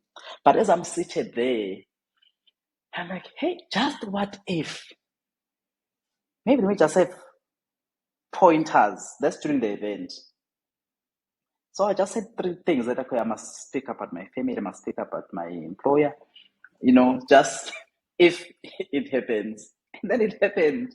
I woke up to the stage. I have no speech, but yeah, it was really quite, it's just an unforgettable experience. And it's a moment that, sometimes I play that clip where they announcing the winner, and each time I play it, yeah, there's just this feeling, I can't describe it, and it does just remind one that you may think, we underestimate some of the things that we do, and we just like, it's my job, I'm just doing it because I have to do it. But you may find that the impact of it and how it's being received and what people see in it is far greater than what you see.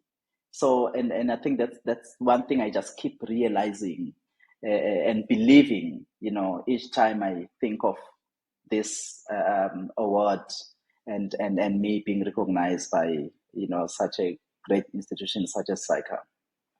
Wow, truly, truly incredible story. Again, just to reiterate, and he is very humble. Senzo is humble, and as you would have picked up from the conversation that we've had so far, he won the competition, and competing, I think, with a number of top professionals in different industries and different spaces, and you were able to really emerge, and really highlighting the work and significance that you're doing in the academic space. It's rare. Usually, in my opinion, there's usually a tendency to reward those who have more glamorous sort of, well perceived, and obviously that's relative, because I, for one, am quite a passionate person about education and its role in society.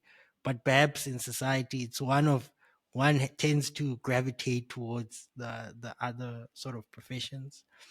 And for you as an academic, as well, to be able to eclipse and get to that highest level is really incredible and an inspiration. I must say, reading your story, I was inspired, and I think most of the young people on this platform, they look at your story and how you were able to get to the top, and look at it, and it serves as an inspiration. I know that wasn't the intention, but indirectly, that's what usually happens in situations like that. That's what like that. Yeah, yeah, it's truly. No, thank you, man. Thank you, Kanti.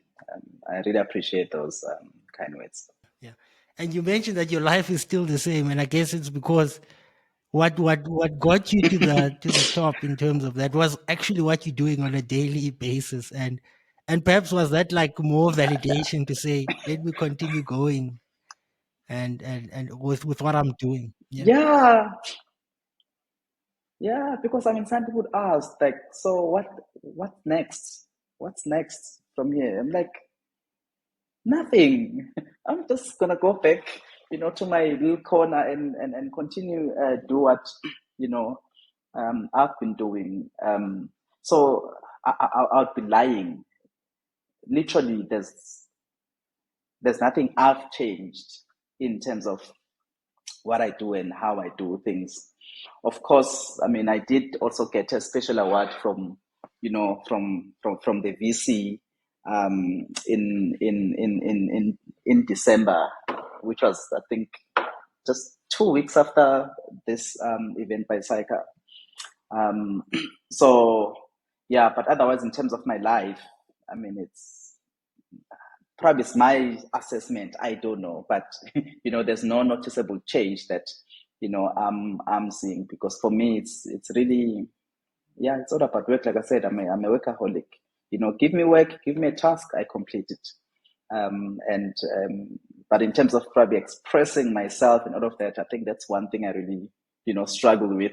That's why I was very worried about the judging day, because there it's all about selling yourself.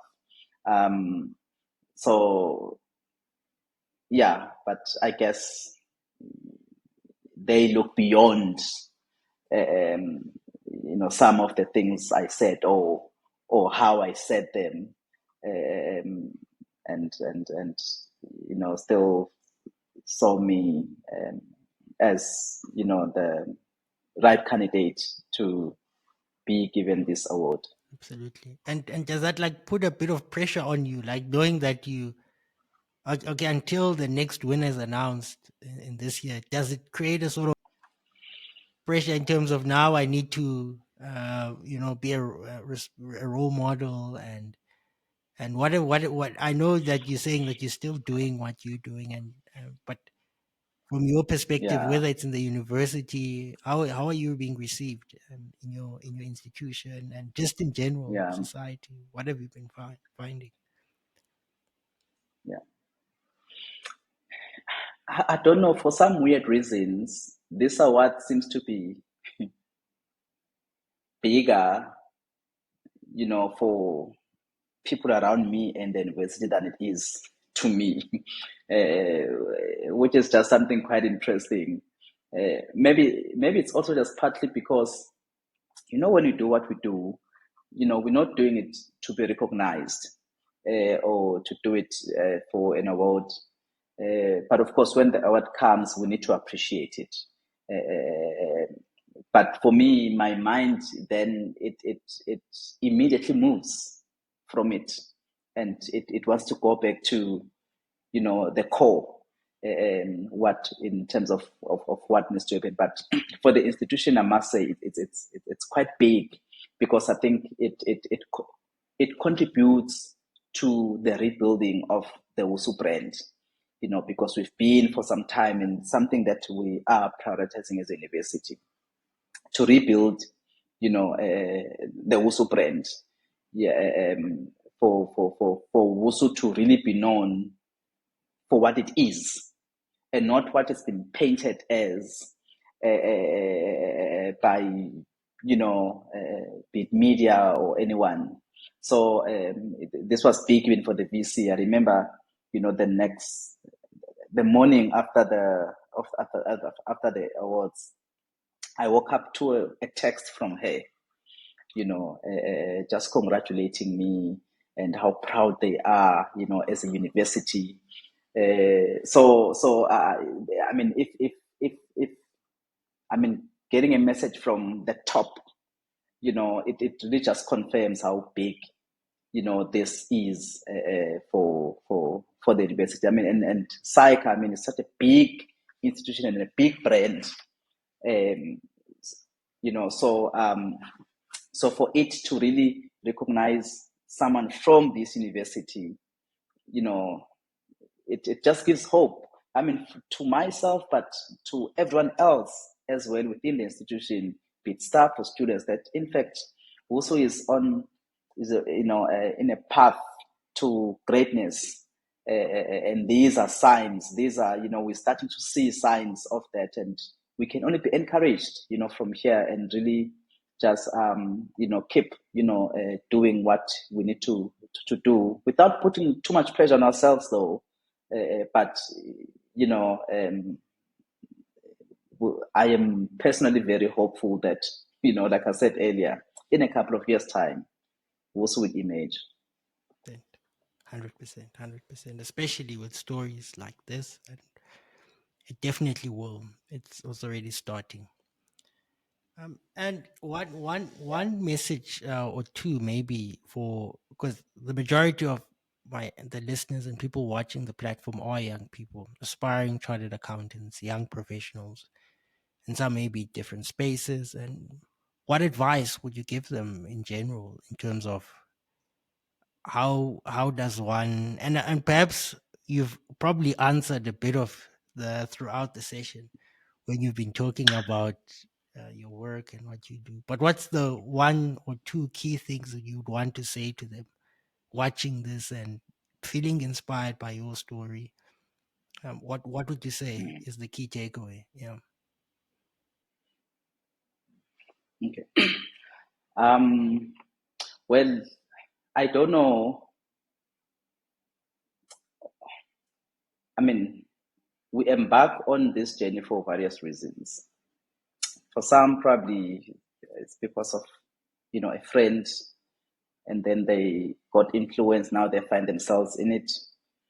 For some, it's something they thought about and made a deliberate decision that this is what I want to do. And probably some were just confused, didn't know what they want to do, and then they found themselves in this program. I always say to our first years when they get here that I know that most of them, did not choose WUSU. WUSU chose them. But it's very important that once you find yourself in a certain space, that you embrace it, you accept it. I always say that you are here now, and you need to make it work. You need to make it count, get something out of it. Learn to love the institution, learn to love the space and the environment and the people. And then, something great will come out of that. So I guess then, the same message, I would give to someone who's still, in this journey. I was interviewing Umamnunkulego Bobodo in, a radio show takeover that SAICA arranged on, when was it? What's the date today? When was it?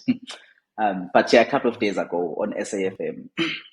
And one student asked that, I think it was a student, they called in, during the show and asking Umamnunkulego whether they would do this, they would if they were to be given a chance, or if they're to restart life, would they redo the CA journey? And she said, absolutely.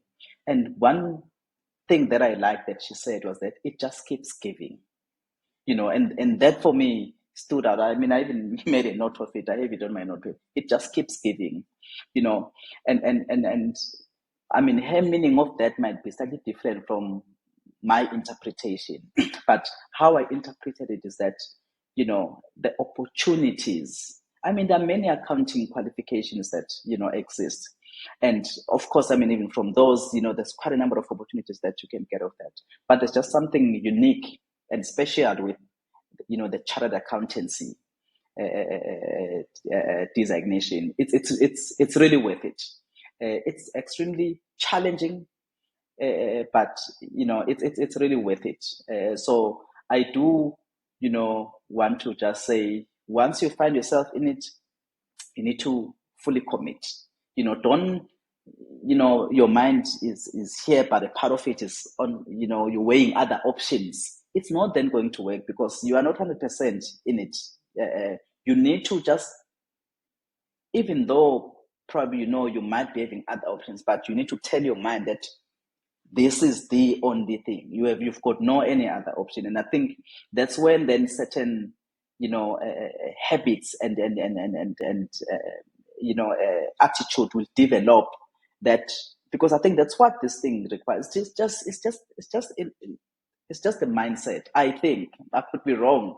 I think once you get it right here, we all didn't pass matric by chance. Of course, it might have been through cramming and all of that, but passing matric and you getting the results that made you to be eligible to be enrolled into this program, it means something about your capability. So I think we have it. We just need to. There are just certain things we just need to get right, to work with the mind for us to then to attain it. I think those are just some of the words I would like to share currently with aspiring chartered accountants, that it keeps giving. We just need to endure the intensity. We need to endure some of the difficult moments. We're gonna give it our all, then come results we've not passed. We need to endure all those situations, and not let them make us doubt that ourselves and our capabilities. We've got it. We just need to fix a few things, and of course I wish them well, and I hope everyone who's in the pipeline in aspiring to be a chartered accountant does indeed become a chartered accountant. Powerful words from an incredible young leader in society doing amazing things. So usually the last part of our segment in the podcast, as we wrap up, Senzo, tends to be a reflection. So by way of context, I follow a lot of YouTube information, read, and one of the terms that I like, it's sort of like reflection. Usually in hindsight, we tend to have more information, and then we are able to reflect. And I like to paint this picture. Now, picture yourself, you're 8 years old now, and you're reflecting on your life. 8 years old, you're reflecting on your life. What would be the one thing that you would want to reflect fondly on? And then maybe the one advice that you'd give yourself today. So 8-year-old version of yourself reflecting on your life, what would be the one thing that you'd want to fondly remember your life on what you actually did, and maybe the one piece of advice you think would be relevant at that time? I know it's a tricky one. Yeah. Yeah, because I can't even remember a thing about myself as an 8-year-old. But probably won't be 8-year-old per se, but it will definitely be my childhood. Looking at myself now, I think it's just a wow. It makes me believe that miracles do indeed happen. Looking at my childhood, my upbringing, we growing up very poor. We are being raised by a grandmother who sacrifices her pension money to take us to school. There's more than 10 of us. These are all her grandchildren. Even when it came to school uniform, she would have to buy a school uniform in tens. This month, we're buying shoes for these 3. Next month, then we're going to go on to the next 3. Then we move on to shirts. We move on to trousers. So, growing up in such an environment, you just see no future. You see no possibilities. You're just moving, like, okay, taking it a day at a time. you're not thinking about anything great, anything amazing. Also, I mean, when you're in the deep rurals, there's so much that you don't get to see that's happening in the real world. We have no TV, we have nothing. At least, I mean, with TV, you get to see some of these things and you see some things that excite you, things that you're like, oh, wow, okay. We see none of that. You're just a young boy that goes to school. When he comes back to school, he needs to go and look after cattle, um, do some few house chores, and that's your life. Every day. It's just that. And little did I know that, there's so much more that the universe has sort of set out, for me.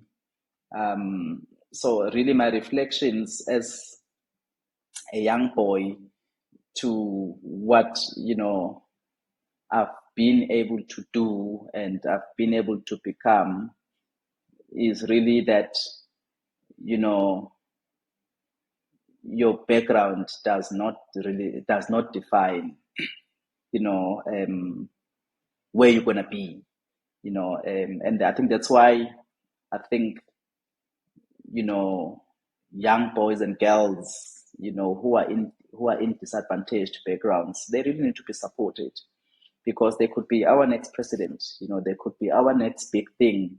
And someone who currently is in that situation, they just need to keep moving. I think that's the important thing. You just need to keep moving wherever life is taking you. Just obey. Just keep moving. Don't give up on life and say, I mean, we're poor. The future has great things that it has in store for you. And I think I'm proof, Klanti, when it comes to that. I mean, looking at where I come from, and I think I speak for many other people. I think, I mean, as Black people, most of us, are coming from that same background, and probably we can tell the same story. But look, what we've been able to, to do, coming from, such, environments. So yeah, that I think that would be my message of reflection as just a young boy to where I am now. Sure. Thanks, Senzo, and really powerful. Really, really powerful. I think there's nothing else from my side. I don't know if you have a question to me, or comment, but I've personally enjoyed having you today. It's been a privilege, honor, really, to have a conversation with yourself, and I really hope that my audience benefited, and I know they did. So from behalf of the community, the Record Time community, trying to do our best to accomplish and achieve our purpose and be aspiring chartered accountants or young chartered accountants or wherever we may be in whatever profession. I think I speak on behalf of them when I say thank you. Really, thank you. Thank you for being with us. Yeah. No, it's an absolute pleasure, Kanti, and to your audience. And thank you for inviting me to, you know, be a contributor in today's conversation. And I really hope that um, what we spoke about, you know, inspires, and that it didn't offend anyone. And if we did, we do apologize to those individuals that we might have offended by some of what we said. But the intention was really just to have this conversation with your country, with your audience, and yeah, I hope they get inspired. You will. All right. Okay. Record Time family. This is it. We'll see you in the next episode. Until we meet again, remember, I believe in you. We collectively believe in you. You can do it. Thank you and bye.